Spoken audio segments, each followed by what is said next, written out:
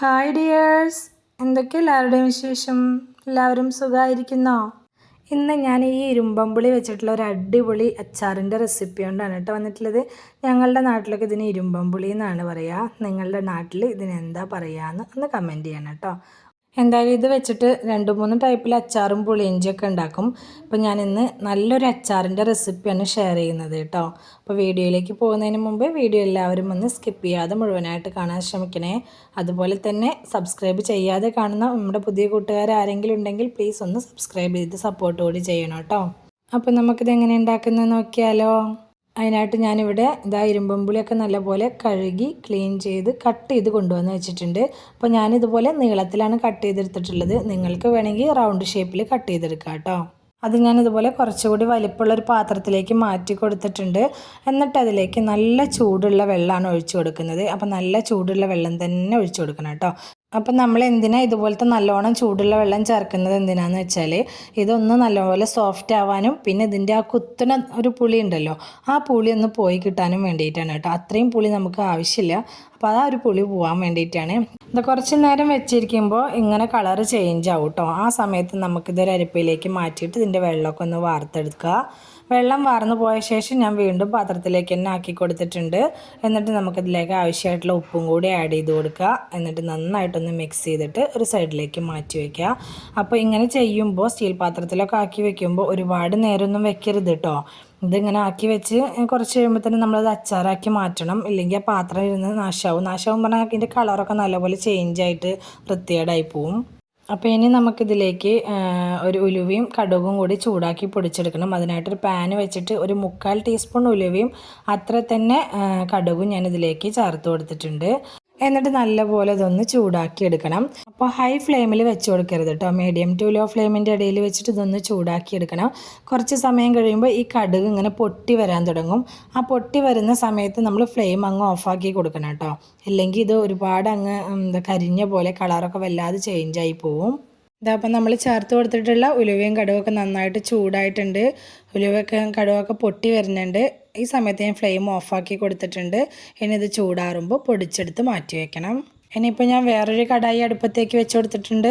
നമ്മൾ അച്ചാറിടാൻ ഉദ്ദേശിക്കുന്നത് ഏത് പാത്രമാണോ ആ പാത്രം വെച്ച് കൊടുക്കുക. എന്നിട്ട് ആവശ്യത്തിന് എണ്ണ ഒഴിച്ച് കൊടുക്കുക. ഞാൻ വെളിച്ചെണ്ണയാണ് ഉപയോഗിച്ചിട്ടുള്ളത്. നിങ്ങൾക്ക് നല്ലെണ്ണ താല്പര്യം ഉണ്ടെങ്കിൽ അത് ചേർത്ത് കൊടുക്കുക.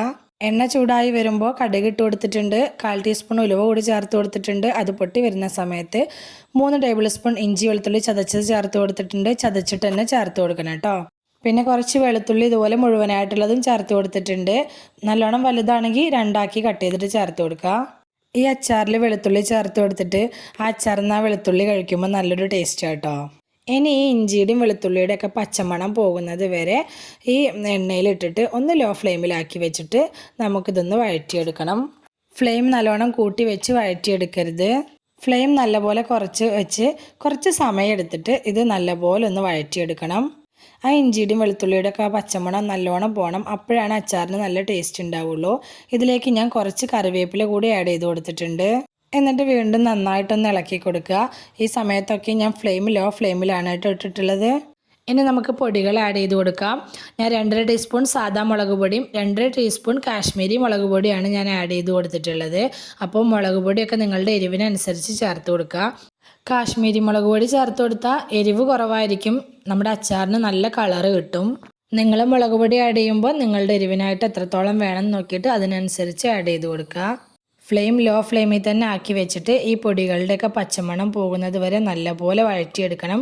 ഈ പൊടികളൊക്കെ എണ്ണയിൽ കിടന്നിട്ട് നല്ലപോലെ മൊരിഞ്ഞ് വരണം. മുളക് പൊടി ചേർക്കൽ കഴിഞ്ഞാൽ നമ്മൾ കൈയെടുക്കാതെ ഇളക്കി കൊടുത്തുകൊണ്ടേ ഇരിക്കണം. പൊടികളെല്ലാം എണ്ണയിൽ കിടന്ന് മൊരിഞ്ഞൊരു നല്ല മണം വരും. അതുവരെ നമുക്കത് കൈയെടുക്കാതെ നിന്നൊന്ന് ഇളക്കി കൊടുത്തുകൊണ്ടിരിക്കണം. മുളക് പൊടിയത് ആ കുത്തുന്ന ടേസ്റ്റൊക്കെ പോയിട്ട് എണ്ണയിൽ കിടന്ന് മൊരിഞ്ഞ് തന്നെ കിട്ടുമ്പോഴാണ് നമ്മുടെ അച്ചാറിന് നല്ല ടേസ്റ്റ് ഉണ്ടാവുക. പിന്നെ ഈ സമയത്ത് കായംപൊടി ചേർക്കാൻ താല്പര്യമുള്ളവർക്ക് കായംപൊടി ചേർത്ത് കൊടുക്കുക. ഞാനിപ്പോൾ കായംപൊടി ചേർത്ത് കൊടുത്തിട്ടില്ല കേട്ടോ. എൻ്റെ കയ്യിൽ കായംപൊടി തീർന്നിരിക്കുകയായിരുന്നു, അതുകൊണ്ടാണ് ചേർത്ത് കൊടുക്കാതിരുന്നത്. പൊടികളെല്ലാം എണ്ണയിൽ കിടന്ന് നല്ലോണം മൊരിഞ്ഞ് വന്ന ശേഷം പിന്നെ ഞാൻ ഇതിലേക്ക് 2 ടേബിൾ സ്പൂൺ വിനാഗിരി ചേർത്ത് കൊടുത്തിട്ടുണ്ട്. വിനാഗിരി കൂടി ചേർത്ത് കൊടുത്ത ശേഷം നന്നായിട്ട് വീണ്ടും ഒന്ന് ഇളക്കി കൊടുക്കുക. ഈ സമയത്ത് ഈ മസാലയ്ക്ക് ആവശ്യമായിട്ടുള്ള കുറച്ച് ഉപ്പ് കൂടി ആഡ് ചെയ്ത് കൊടുത്തിട്ടുണ്ട്. ഉപ്പിൻ്റെ അളവൊക്കെ നിങ്ങളുടെ ഇഷ്ടത്തിനനുസരിച്ച് ചേർത്ത് കൊടുക്കുക. അപ്പം നമ്മൾ ഇരുമ്പമ്പുളിയിൽ ഉപ്പിട്ട് ഇളക്കിയിട്ടാണ് വെച്ചിട്ടുള്ളത്. അത് നോക്കിയിട്ട് വേണം ഈ സമയത്ത് ഉപ്പ് ചേർത്ത് കൊടുക്കാനായിട്ട്. പിന്നെ ഞാൻ ഇതിലേക്ക് 1/4 ടീസ്പൂൺ പഞ്ചസാര കൂടി ആഡ് ചെയ്ത് കൊടുത്തിട്ടുണ്ട്. ആ എരിവും പുളിയും ഉപ്പും ഒക്കെ ഒന്ന് ബാലൻസ് ആവാൻ വേണ്ടിയിട്ടാണ്. എന്നിട്ട് വീണ്ടും നന്നായിട്ടൊന്ന് ഇളക്കി കൊടുത്ത ശേഷം ഫ്ലെയിം ഓഫ് ചെയ്തിട്ടുണ്ട്. എന്നിട്ടാണ് ഞാൻ ഇതിലേക്ക് നമ്മൾ ഉപ്പിട്ട് ഇളക്കി വെച്ചിട്ടുള്ള ഇരുമ്പമ്പുളി ചേർത്ത് കൊടുക്കുന്നത്. ഫ്ലെയിം ഓഫ് ചെയ്തിട്ട് തന്നെ വേണം കേട്ടോ നമ്മൾ ഇരുമ്പാമ്പുളി ചേർത്ത് കൊടുക്കാനായിട്ട്. കാരണം ഇരുമ്പാമ്പുളിക്ക് ഇനി വേവാനൊന്നുമില്ല. നമ്മൾ നല്ല തിളച്ച വെള്ളത്തിലിട്ടത് കൊണ്ട് തന്നെ ഓൾറെഡി ഇത് നല്ല സോഫ്റ്റ് ആയിട്ടാണ് ഉള്ളത്. അപ്പോൾ ഇളക്കി കൊടുക്കുന്ന സമയത്ത് ഇരുമ്പമ്പുളി ഉടഞ്ഞു പോവാതെ ശ്രദ്ധിക്കണം. ഇനി പിന്നെ ലാസ്റ്റ് ഇതിലേക്ക് ആഡ് ചെയ്ത് കൊടുക്കുന്നത് നമ്മൾ നേരത്തെ വറുത്ത് വെച്ചിട്ടുണ്ടായിരുന്ന ഉലുവയും കടുകും പൊടിച്ചതാണ്. അതൊരു 1.5 ടേബിൾ സ്പൂണോളം ചേർത്ത് കൊടുത്തിട്ടുണ്ട്. അതും കൂടി ചേർത്ത് കൊടുത്തിട്ട് നന്നായിട്ടൊന്ന് മിക്സ് ചെയ്ത് യോജിപ്പിച്ചെടുക്കുക. നന്നായിട്ട് തന്നെ മിക്സ് ചെയ്ത് യോജിപ്പിച്ചെടുക്കുക. ഈ സമയത്ത് ഉപ്പൊക്കെ ചെക്ക് ചെയ്യുക. ഉപ്പൊക്കെ ചെക്ക് ചെയ്തിട്ട് പോരെങ്കിൽ വീണ്ടും ചേർത്ത് കൊടുക്കുക. ഇത്രയേ ഉള്ളൂ, നമ്മുടെ അടിപൊളി ടേസ്റ്റിലുള്ള ഇരുമ്പാമ്പുളി അച്ചാർ റെഡി ആയിട്ടുണ്ട്. കിടിലൻ ടേസ്റ്റാണ് കേട്ടോ, അടിപൊളി ടേസ്റ്റാണ്. ഇത് ഇപ്പം തന്നെ കഴിക്കരുത്, അച്ചാറിട്ട ഉടനെ തന്നെ കഴിക്കരുത്. അച്ചാറിട്ട് വെച്ച് ഒരു 4-5 ദിവസം കഴിഞ്ഞിട്ട് കഴിക്കുമ്പോഴാണ് ഇത് കൂടുതൽ ടേസ്റ്റ് ഉണ്ടാവുക. അപ്പം നമുക്കിതൊരു എയർ ടൈറ്റ് ആയിട്ടുള്ള കുപ്പിയിലാക്കി വയ്ക്കുക. ഗ്ലാസിൻ്റെ കുപ്പിയിലാണ് എപ്പോഴും അച്ചാറൊക്കെ ആക്കി വെക്കേണ്ടത്. കുപ്പി നല്ലപോലെ വാഷ് ചെയ്ത് ഉണങ്ങിയ കുപ്പിയായിരിക്കണം. ഒട്ടും തന്നെ വെള്ളം നനവ് ഉണ്ടാവാൻ പാടില്ല. അച്ചാർ കുപ്പിയിലേക്ക് മുഴുവനായിട്ട് ആക്കി കൊടുക്കുക. അപ്പം ഫുള്ളായിട്ട് നിറയ്ക്കരുത് കേട്ടോ, കുറച്ച് ഗ്യാപ്പ് ഇടണം. എന്നിട്ട് അതിൻ്റെ 4 വശമൊക്കെ ആയിട്ടുള്ള അച്ചാറിൻ്റെ അംശമൊക്കെ ഉണ്ടെങ്കിൽ അതൊക്കെ ഒന്ന് നല്ലപോലെ ഒരു ടിഷ്യൂ വെച്ചിട്ടോ കോട്ടൺ തുണി വെച്ചിട്ടോ ഒക്കെ ഒന്ന് തുടച്ച് വൃത്തിയാക്കി എടുക്കുക. 4 ഭാഗത്തുള്ളത് നല്ലപോലെ ക്ലീൻ ചെയ്തെടുക്കണം. എന്നിട്ട് നമ്മൾ അതിൻ്റെ മുകളിലേക്ക് കുറച്ച് എണ്ണ ചൂടാക്കിയിട്ട് ഇതുപോലെ ഒഴിച്ചു കൊടുക്കുക. അച്ചാർ മുഴുവനായിട്ട് എണ്ണയിൽ മുങ്ങി കിടക്കുന്ന വിധത്തിൽ വേണം മുകളിൽ ഒഴിച്ചു കൊടുക്കാനായിട്ട്. ഒരിത്തിരി പോലും മുകളിലേക്ക് അച്ചാറിൻ്റെ ഒരു അംശം ഉണ്ടാവാൻ പാടില്ല, അപ്പോൾ പൂപ്പൽ പിടിക്കും കേട്ടോ. അങ്ങനെ മുഴുവനായിട്ട് അച്ചാർ മുങ്ങി കിടക്കുന്ന വിധത്തിൽ എണ്ണ ഒഴിച്ച് വെക്കുകയാണെങ്കിൽ ഒരുപാട് നാളിത് കേടുകൂടാതിരിക്കും.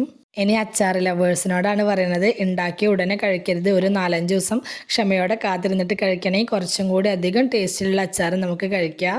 അപ്പോൾ ഇതുപോലെ തയ്യാറാക്കി നോക്കാത്തവരുണ്ടെങ്കിൽ ഇതുപോലെ ഒന്ന് ട്രൈ ചെയ്ത് നോക്കുക കേട്ടോ. വീഡിയോ ഇഷ്ടമായിട്ടുണ്ടെങ്കിൽ എല്ലാവരും മറക്കാതെ ലൈക്ക് ചെയ്യണേ. അതുപോലെ തന്നെ നിങ്ങളുടെ അഭിപ്രായങ്ങളൊക്കെ കമൻ്റായിട്ട് പറയണം. റെസിപ്പി ഇഷ്ടമായിട്ടുണ്ടെങ്കിൽ അത് മറ്റുള്ളവരിലേക്കൊന്ന് ഷെയർ ചെയ്ത് കൊടുക്കുക കൂടി വേണേ. ഇതുവരെ സപ്പോർട്ട് ചെയ്ത് കൂടെ നിന്നിട്ടുള്ള എൻ്റെ എല്ലാ മുത്തുമണികൾക്കും ഒരുപാട് നന്ദി. എന്നാൽ ശരി, സിമ്പിൾ ആൻഡ് ടേസ്റ്റി റെസിപ്പിയുമായി ഞാൻ വീണ്ടും വരാം. ബൈ.